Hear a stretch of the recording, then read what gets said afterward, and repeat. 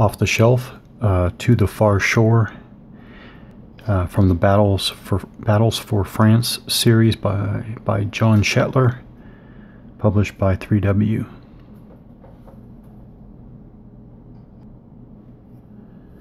So I'm going to continue as planned. I'm going to continue making this video, continue making an off-the-shelf video for this game, To the Far Shore, but things definitely did not go as planned. Basically, I did not get out of the starting gates here. And instead of, not making a video as I planned, instead of doing something entirely different right now, I thought that I will just go ahead and make a video, and this is why. So I don't do reviews. I buy my games, I play my games, and I make videos of myself playing my games.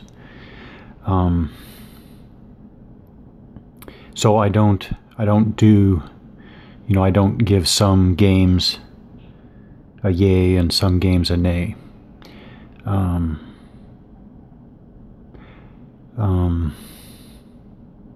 Yeah, and so in part because of that, I think I can just oh yeah, and so my videos are what they are, me enjoying my little slice of the pastime. And so in that respect, I think I can make an off-the-shelf video of the game. But I don't want this to be confused with either negative review or a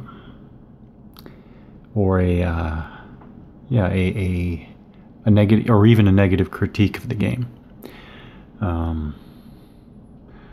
So, well, I guess I can explain why I didn't get out of the starting gate first, and then I have some other things too, some other commentary. Specifically why I didn't even finish, well, I didn't even get to the sequence of play. So, let's see, Invasion rules, no. Okay, so what I did is I went to the exclusive rules, and where are they? Where are they? Oh, playing the game. Okay, I was looking for a chapter heading scenarios, but no, it's the chapter is playing the game, and it does say invasion scenarios, alternatives, breakout scenarios, and victory. So what I did is I went here, and so we have the invasion scenarios. I'm more, even in the history, I'm more interested in Operation Cobra than I am in Overlord. So I went right here to 8.3 breakout scenarios. It even says players are free to devise any scenario of this type that they wish. So using the Normandy map, which is this one, obviously this is Cannes right here, and there's, what is that, Isigny, I think, is right off the screen there, and then the Cotentin Peninsula is up there. But anyways, Normandy map. Oh, there's St. Lo, is right on the, just barely peeking in the top of the screen there. Okay, so got out the Normandy map, started setting up these units. By hex, radius. Okay, radius probably means if it's 0, then the British First Corps has to be set up in 3502, whereas the Guards Armored Division can be set up in or within 1 hex of 3901.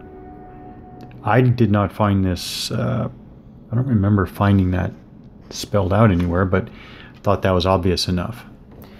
So, so I thought I would set up this half of the theater.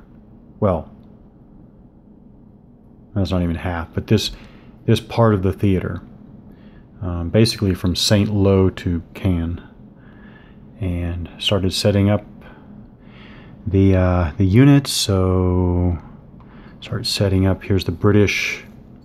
This is headquarters, the 11th Armored, British First Corps. So, and Germans, 1st SS Panzer Corps,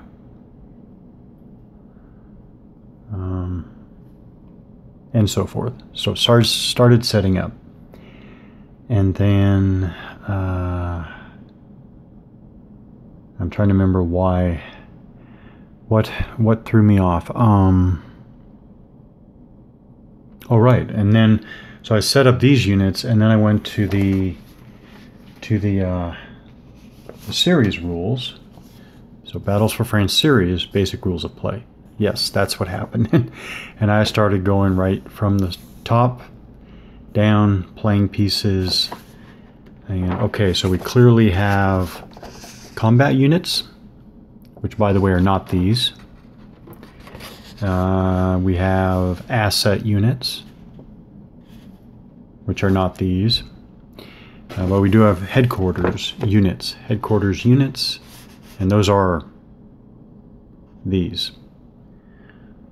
So going through the rules, obviously I'm like, okay, so what do I do with the combat units? Because these are all headquarters. And I mean, I'm not going to get them out, okay, but there are units like this, like that. They look just like this. NATO symbol, 53 on top means the 53rd Division. So this is some kind of, 53rd, yeah, it's some type of unit subordinate to the 53rd headquarters. Which I assume, yeah, right here. Here's the 53rd. So I assume, I'm just going to assume that that's a division. And so these are brigades, or maybe brigade equivalents, or something. So it says combat units represent the actual fighting formations used to attack the enemy.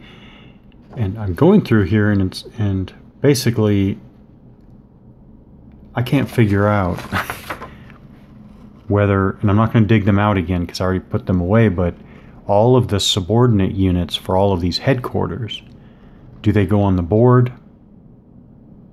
I mean, it's almost like they should be on an off-board track, but there are off-board tracks, but there are not headquarters off-board tracks.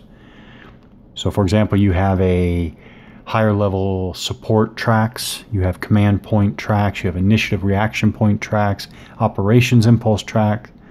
So you have a good handful at least of tracks. I wonder if there aren't more tracks just for the invasion stuff. The different invasion charts and tables. So anyways,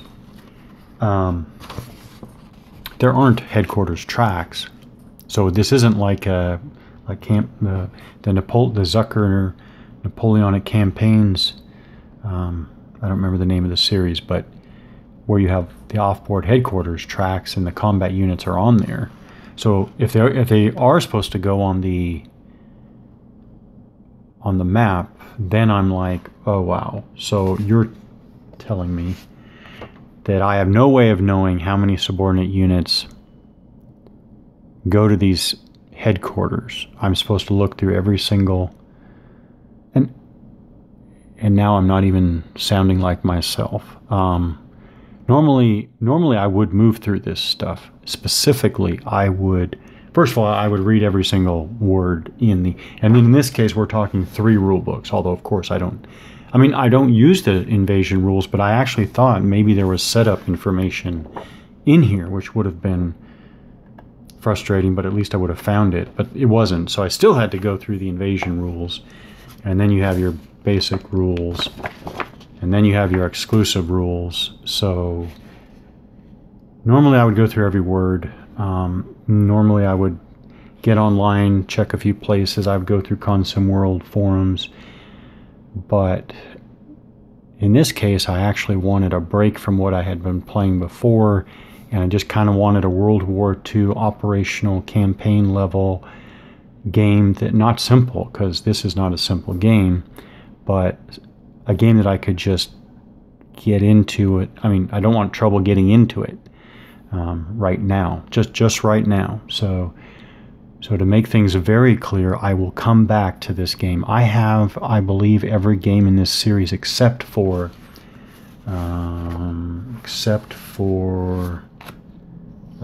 Patakale.